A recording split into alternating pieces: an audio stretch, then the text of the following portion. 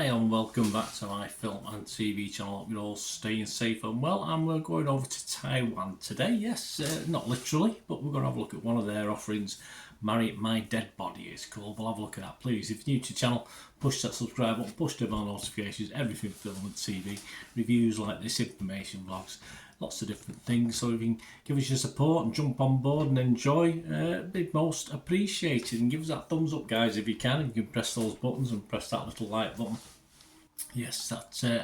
I'll be very, very grateful. Yes, a Taiwanese supernatural comedy mystery. This is classed as, directed by Cheng Wei Hao and starring Greg Su, Austin Lin and Gingle Wang. Yes, there we go. Officially released in Taiwan on February the 10th. So I'm recording this on August the 12th, 2023.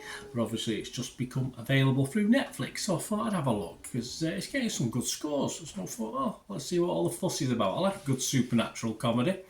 Is this one? We'll see. Anyway, what's it about? Well, yes, it's about a homophobic and ghost-phobic straight policeman. Yes, I've heard of ghost phobia before, but I suppose there is it.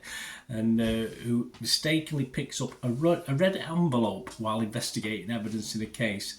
And he meets Mau Mau, who's discussing marriage with his boyfriend, but yes, sadly died unjustly just in an accident just beforehand.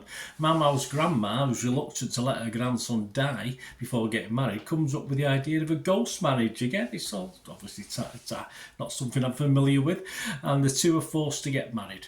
What will happen when a human and a ghost form a reluctant but ultimately special bond? Well, we'll have to watch the film and find out, won't we? What about the scores? Well, the Rotten Tomatoes audience, I have no idea how many it covers, but 100% positivity. Internet Movie Database, as I said, good scores, 1.2k, 1,200 scores and reviews plus, and 7.4 out of 10, so that's not half bad, is it? 7.4 out of 10, I say, a lot of reviews. But let's have a look at some of the critics. Roger Moore from Movie Nation, he said, slow-footed, a tad obvious, a bit dated, as it's late to the lose your homophobia story trope, but it almost gets by thanks to some laugh-out-loud bits and a sweet streak. Yeah, so I'll go with what he said on that one. John Serber from Decider said all the components for a nutty romp are present, but director Cheng Wei Hao never seems interested in whittling the material down to something resembling coherence and consistency. Yes, it is a little bit all over the place. I mean, if you put a trailer together, a 3-minute trailer, this would look quite, I won't say spectacular, but quite good. But it doesn't quite live up to some of the good bits. Pramit Chatterjee from Digital Mafia Talkies website said, Marry My Dead Body's sense of tone is perfect. The performances from the cast are great. Perhaps not so much when it's dubbed. Wai Hong Cheng's film looks and sounds incredible. In addition to all that, the movie's a major win for gay representation. Okay, I'll go with that if that's your view. As I said, it probably... perhaps you watch it in its original language. As I say, I don't really have time to do that. I need to listen as well as watch. So, yeah, the dubbing isn't the best, possibly, and perhaps it doesn't do it justice.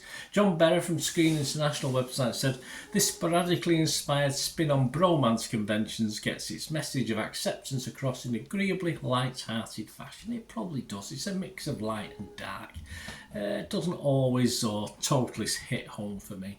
Right, my thoughts, guys, before we go. I threw a few in there, haven't I, while I've been doing this, but it is almost, I have a little thing on Twitter where I don't get through a film or a series. I put a little thing, films I didn't quite get through and why I didn't get through them. This was almost in that basket. It was almost a film I turned off, but for some of the weirdness and some of the quirkiness piqued my interest, so it kept me involved. It kept me watching. Give some nice bits, some nice poignant bits as well. As I said, the dubbing though left a lot to be desired, so that perhaps did taint it a little bit for me. And as I said, the storyline has already been sort of commented on by one of the critics. Seemed just a wee bit dated, perhaps to Western taste as well. Though the message he delivers is still as relevant as ever, of course. And the good bits, yeah, the good bits in this reminded me of the film Ghost. Not many of those elements remind me of Ghost. And a very old UK TV series called Randall and Hopkirk Deceased. So if you're old like me, you'll remember it. If you're not, get on YouTube and watch an episode. So yeah, the good bits in this, as I said, there weren't a vast amount of them, but they're enough to keep me there. Reminding me of those two films in bits and bobs. I've seen far worse. I've seen far worse big budget supernatural comedies than this, I tell you. That's for sure. So I'm not going to have a total downer on it, but I'm not going to have a total upper on it either. My scores, if it was Metacritic, I'd have to be mixed on this one. If it was Rotten Tomatoes, I'd have to say rotten. I'm not saying it was totally convincingly rotten, but I've only got rotten and fresh, and I can't really give this a fresh. But if I was scoring it, and I will give it a score, as you know, I don't score something if it like gets less than 5 to 10. I'm going to give this 5 out of 10. I'm going to give this 5 out of 10 for what it is. As I said, it kept me watching. Anything that keeps me at least tuned in for the length of the film. It's got to deserve a 5 out of 10. Let me know what you think, guys. It's great to hear from you. Till we meet again, last one thing, don't I? Please stay safe, everyone. Bye for now.